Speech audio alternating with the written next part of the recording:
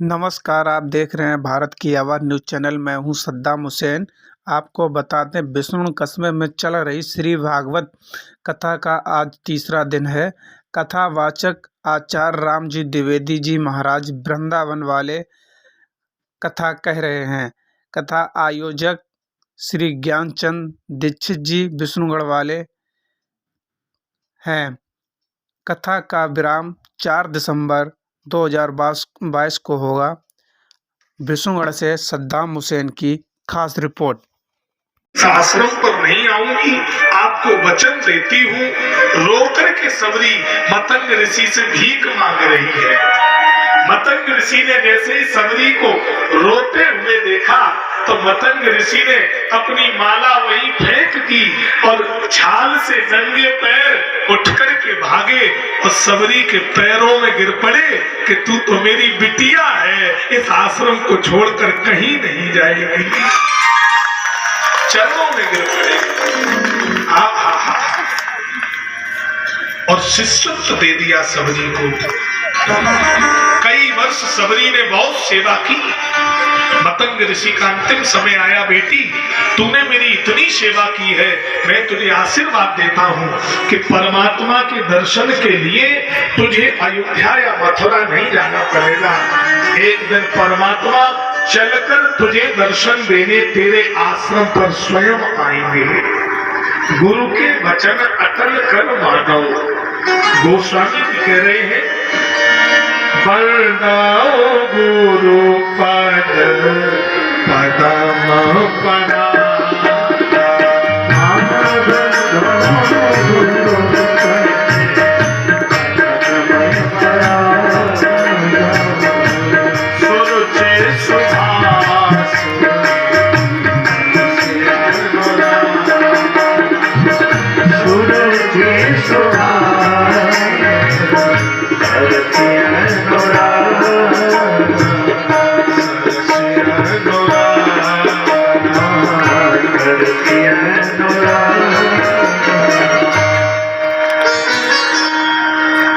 पुराण में आता है 5 वर्ष की सबरी 10,000 वर्ष की हो गई।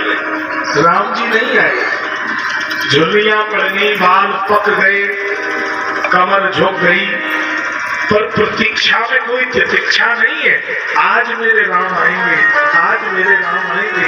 और मन में कहती है, सावन जैसी तरस रही अखियां, सावन जैसी तरस रही अखियां, मिल जो राम तरस रही अखियां, मिल जो राम तरस रही अखियां, मिल जो राम तरस रही अखियां, मिल जो राम तरस रही अखियां। बोल बोल काका मेरे राम कब आएंगे, बोल बोल काका मेरे राम कब आएंगे। दुखिया की झोपड़ी के भाग खोले, दुखिया की झोपड़ी के भाग खोले। सबरी ने हार रास्ता आएंगे राम जी, सबरी ने हार रास्ता आएंगे राम जी, सबरी ने हार रास्ता आएंगे राम जी, सबरी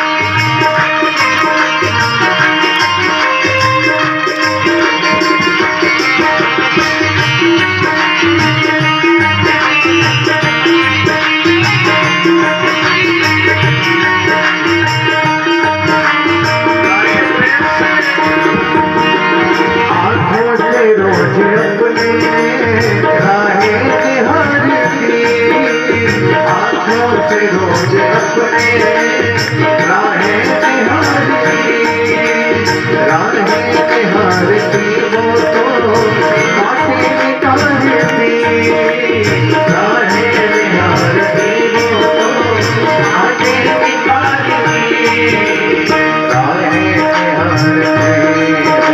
राहें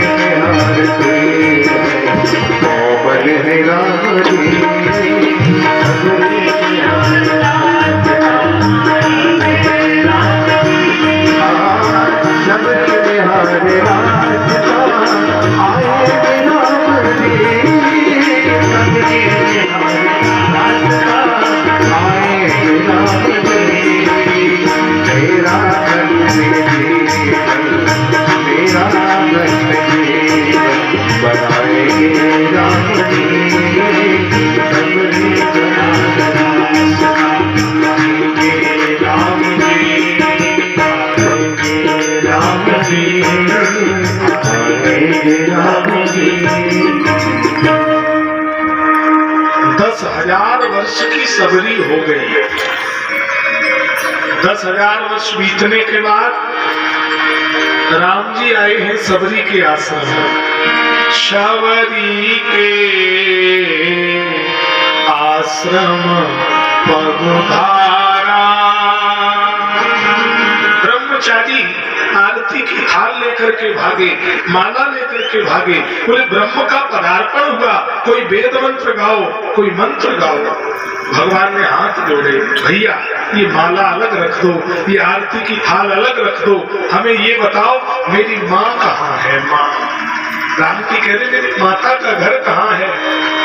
मुनियाए बिलोकन झांकी, राम जी पूछ कुटिया कहाँ सबरी माँ की, राम जी पूछ शबरी परी चरण लपटाना। राम जी के चरणों में शबरी माँ लिपट गई है। आप किस लिए आस छोड़े, कभी ना कभी क्षण विरह के मिलन में बदल जाएंगे। नाथ कब तक रहेंगे कड़े, एक दिन देख कर प्रेम अश्रु पिघल जाएंगे। शबरी केवट जटायु अहिल्यादि के नाथ पहुँचे स्वयं छोड़ करके अवध।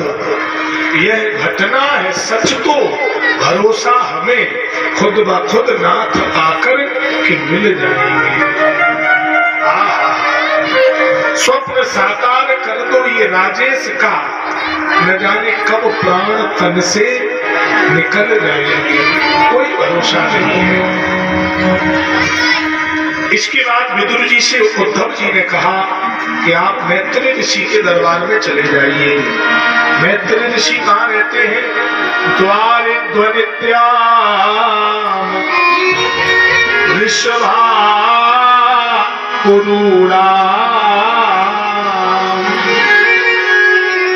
मैत्रेयमासी नवगाद बोधम।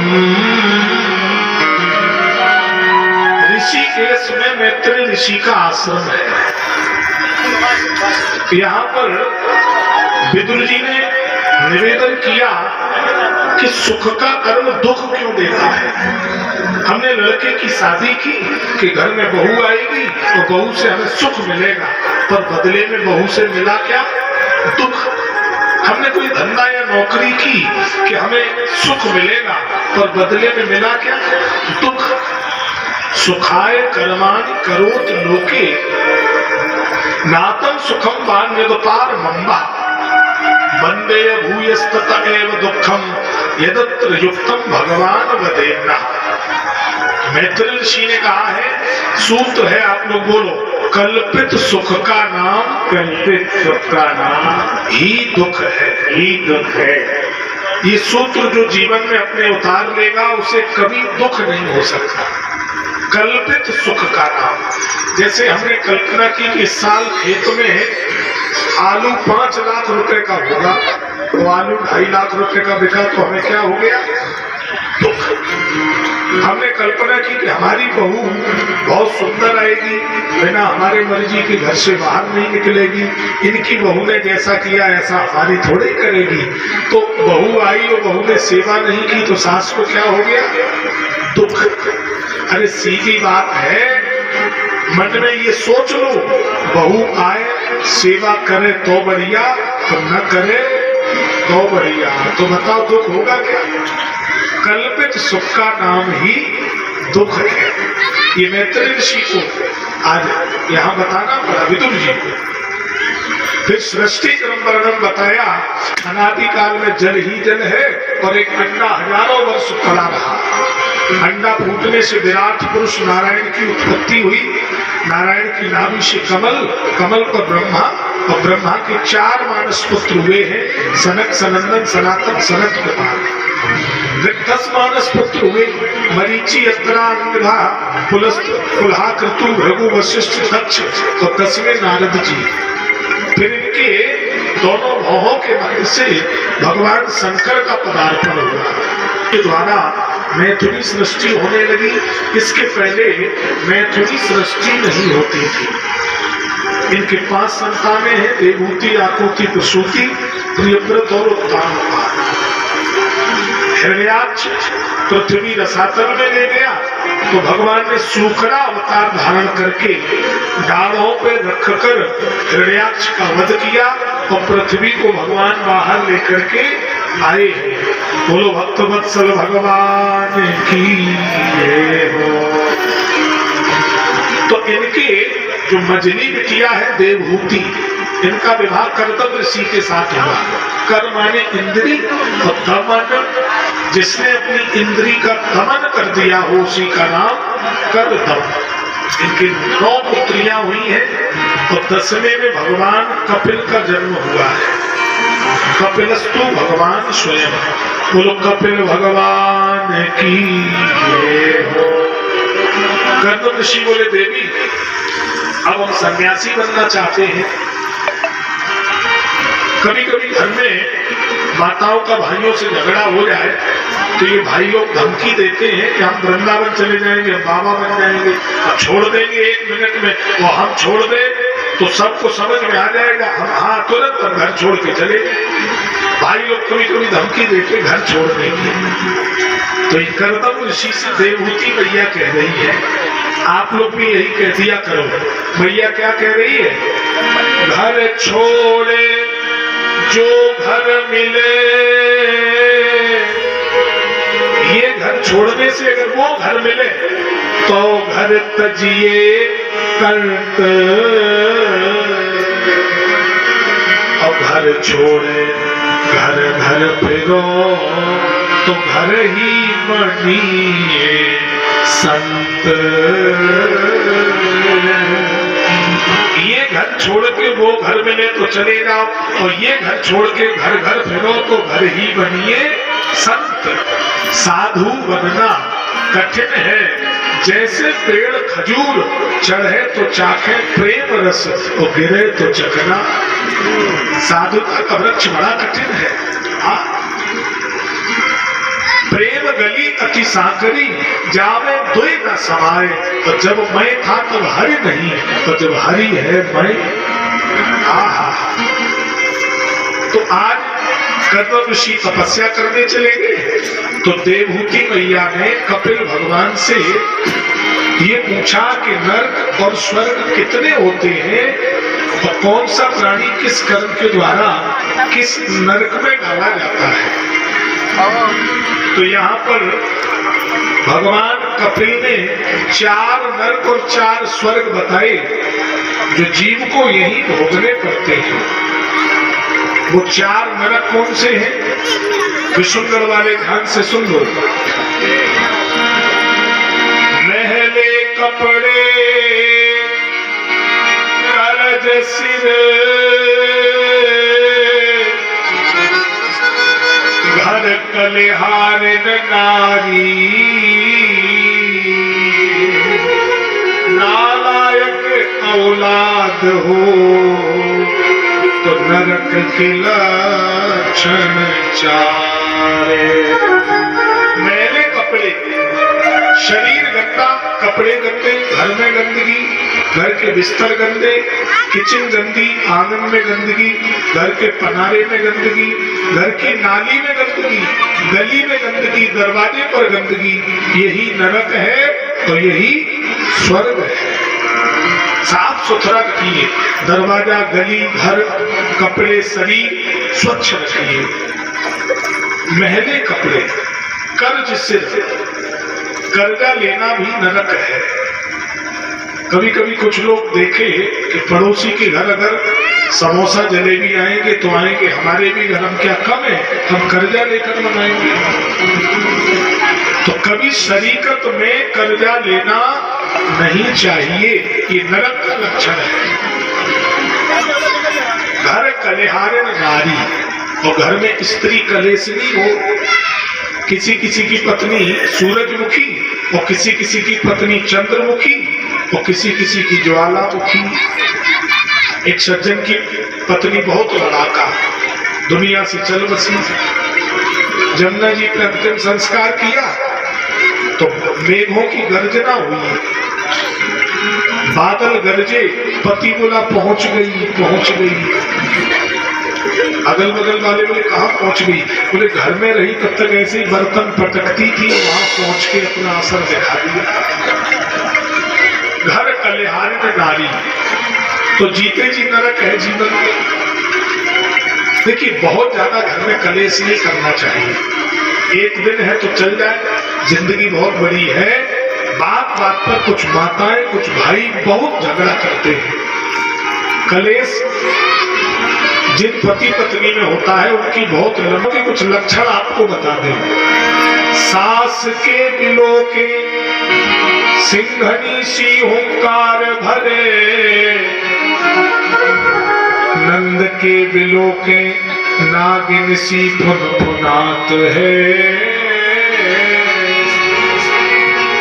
पति के बिलो के दौर छाती पे सवारी करे। मैं कहूँ नहीं काहू को ये में डरात है।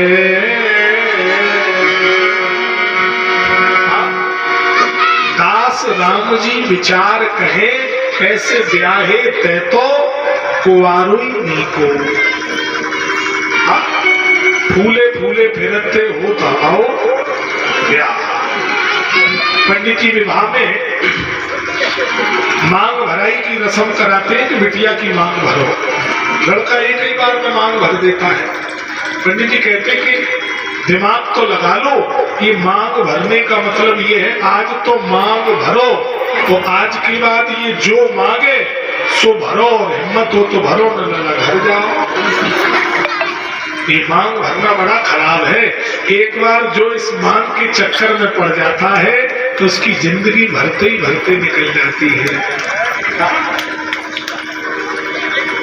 तो बड़ा सुंदर वर्णन किया है श्रीमन नारायण नारायण।